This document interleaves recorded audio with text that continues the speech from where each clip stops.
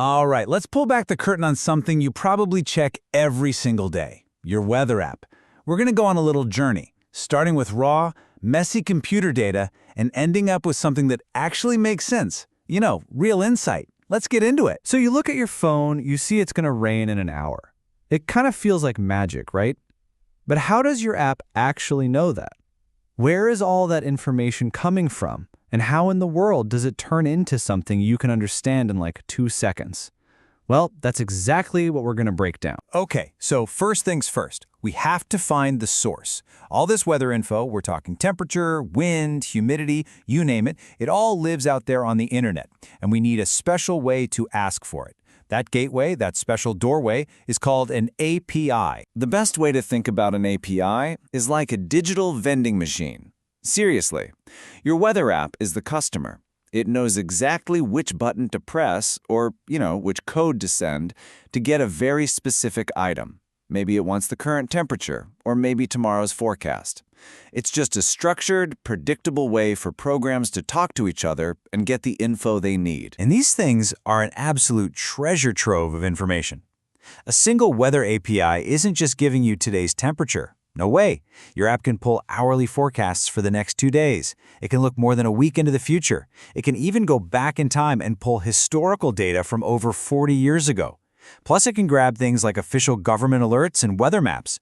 All of that from just one digital gateway. So we know where the data is, but now, how do we actually go and grab it?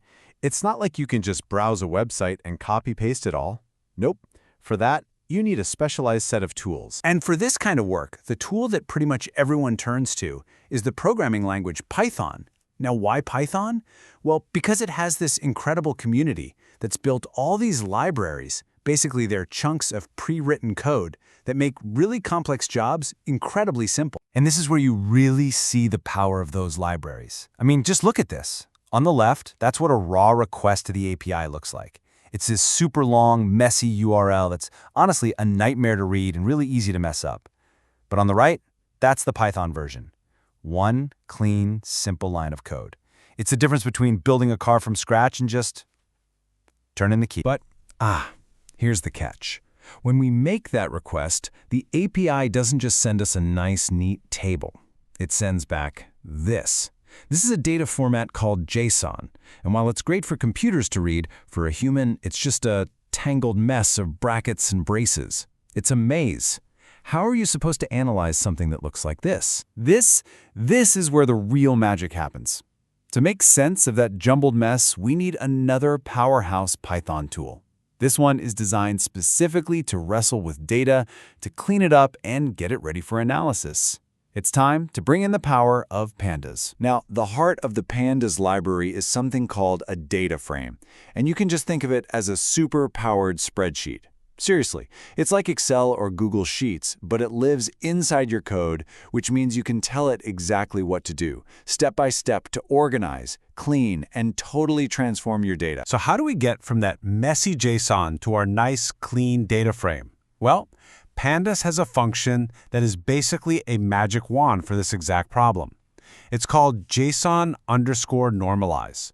And its one job is to take that nested, confusing data and just flatten it out into a simple two-dimensional table. And would you look at that? Just like magic, there's the result. That tangled up computer speak from before is now a beautiful, organized table. We've got clear columns for date, temperature, humidity, and the weather description. The data's not a mess anymore. It's structured, it's clean, and it's finally ready for us to analyze. Okay, but let's be real. In the real world, data is almost never perfect.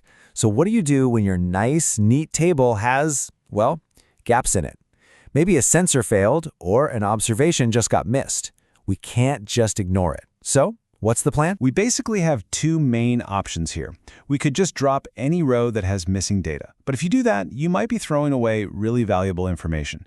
The other option, which is often way better, is to interpolate. That's a fancy word for making an educated guess. You look at the data points before and after the gap and fill it in.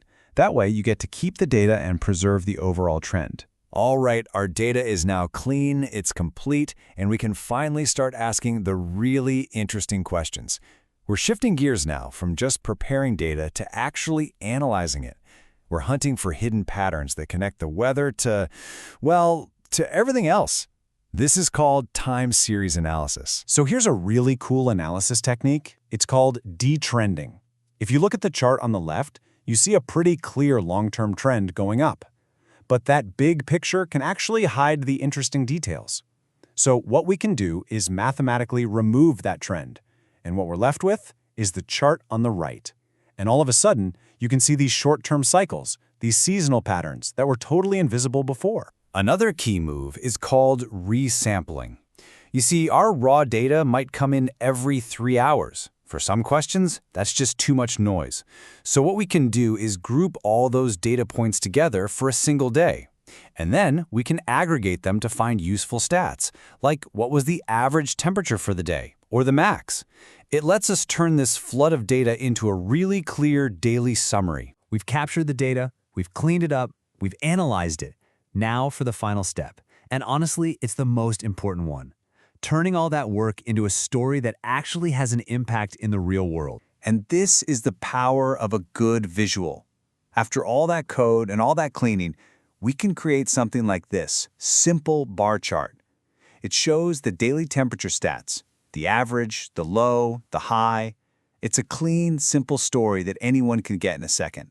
A clear insight created from that total mess we started with. And look, that's a fair question.